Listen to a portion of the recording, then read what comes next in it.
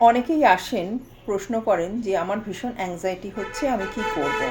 বহুদিন ধরে আমি অ্যাংজাইটিতে ভুগছি, অ্যাংজাইটি ডিসঅর্ডার হয়েছে, আমার কি করা উচিত।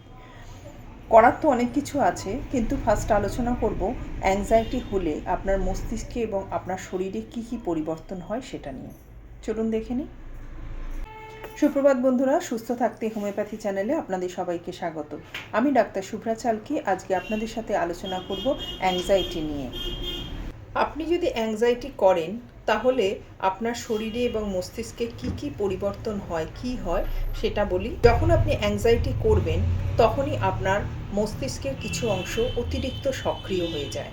অ্যামিগডালা, যেটা ভয় কেন্দ্র নামেও পরিচিত, এটা হলো মস্তিষ্কের টেম্পোরাল লোবের গভীরে অবস্থিত একটি ছোট বাদাম আকৃতির গঠন, যা আবেগ প্রক্রিয়াকরণের জন্যে গুরুত্বপূর্ণ।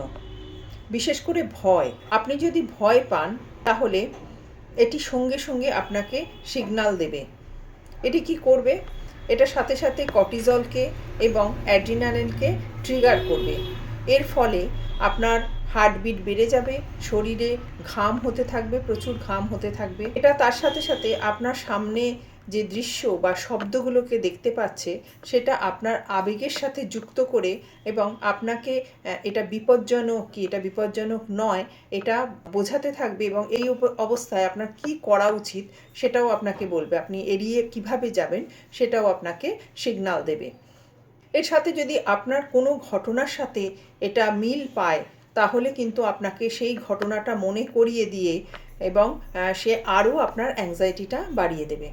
তাহলে এই অ্যাংজাইটি কমানোর কি উপায়, চলুন দেখে নিই। প্রাথমিকভাবেই শরীরেই নিজস্ব মেকানিজম আছে যেটা অ্যামিগডালাকে নিয়ন্ত্রণ করতে সাহায্য করে থাকে, অ্যামিগডালাকে নিয়ন্ত্রণ করে।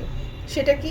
প্রিফ্রন্টাল কর্টেক্স বা পিএফসি, যেটা মস্তিষ্কের এক্সিকিউটিভ কন্ট্রোল সেন্টার নামে পরিচিত। এটা কোথায় আছে? এটা ফ্রন্টাল লোবের একেবারে সামনের দিকে থাকে, মানে ঠিক কপালের পিছন দিকটায় থাকে।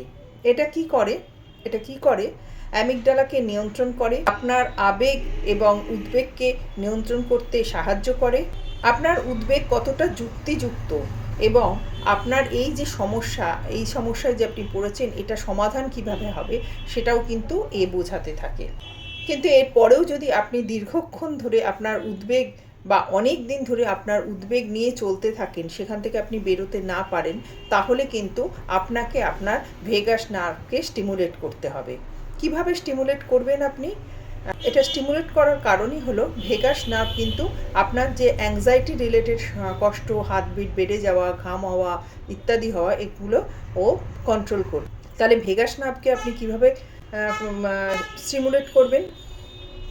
তাৎক্ষণিকভাবে আপনার উদ্বেগ নিয়ন্ত্রণের জন্যে আপনাকে একটা শ্বাসের ব্যায়াম করতে হবে। কি ব্যায়াম করতে হবে? প্যাটার্নটা হবে 4-7-8। কি করবেন? এই মেথডে আপনাকে যেটা করতে হবে সেটা হলো আপনি 4 সেকেন্ড ধরে শ্বাস নেবেন, 7 সেকেন্ড ধরে সেই শ্বাসটাকে ধরে রাখবেন, তারপরে 8 সেকেন্ড ধরে ধীরে ধীরে সেই শ্বাসটাকে আপনি বার করবেন। এটা 3 থেকে 4 বার আপনাকে করতে হবে। দ্বিতীয় যেটা করতে হবে সেটা হচ্ছে গ্রাউন্ডিং। এই গ্রাউন্ডিংয়ের মেথডটা কি? গ্রাউন্ডিংয়ের মেথডটা হচ্ছে 5-4-3-2-1। কি করতে হবে? চারপাশে আপনার 5টা জিনিস আপনাকে, যে কোনো জিনিস আপনাকে দেখতে হবে। আপনার চারপাশে যে জিনিস আছে তার মধ্যে 5টা জিনিসকে আপনাকে দেখতে হবে। 4টে জিনিসকে আপনি ছুঁয়ে দেখবেন। 5টা জিনিস চোখে যেগুলো দেখছেন আপনি দেখে নিচ্ছেন। 5টা জিনিস, ধরুন আপনি ঘরেতে আছেন, আপনার বিছানা দেখছেন, আলমারি দেখছেন, ড্রেসিং টেবিল দেখছেন, এরকম 5টা জিনিস আপনি চোখে দেখলেন। তারপরে তার মধ্যে 4টে জিনিস আপনি ছুঁয়ে দেখলেন। তারপরে যে কোনো 3টে আওয়াজ আপনাকে আইডেন্টিফাই করে শুনতে হবে, একটুখানি সময় দিয়ে শুনতে হবে।